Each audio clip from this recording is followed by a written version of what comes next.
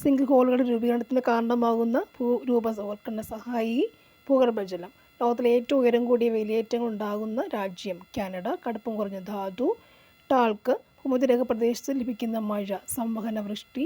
Monsoon കാലത്തിന് മുൻപ് കേരളത്തിൽ ലഭിക്കുന്ന വേനൽമഴ മാംഗോ ഷവർ. സൂര്യനെ പറ്റിയുള്ള സൂക്ഷ്മപഠനത്തിനായി ISRO വികസിപ്പിച്ച പേടകം ആദിത്യ L1.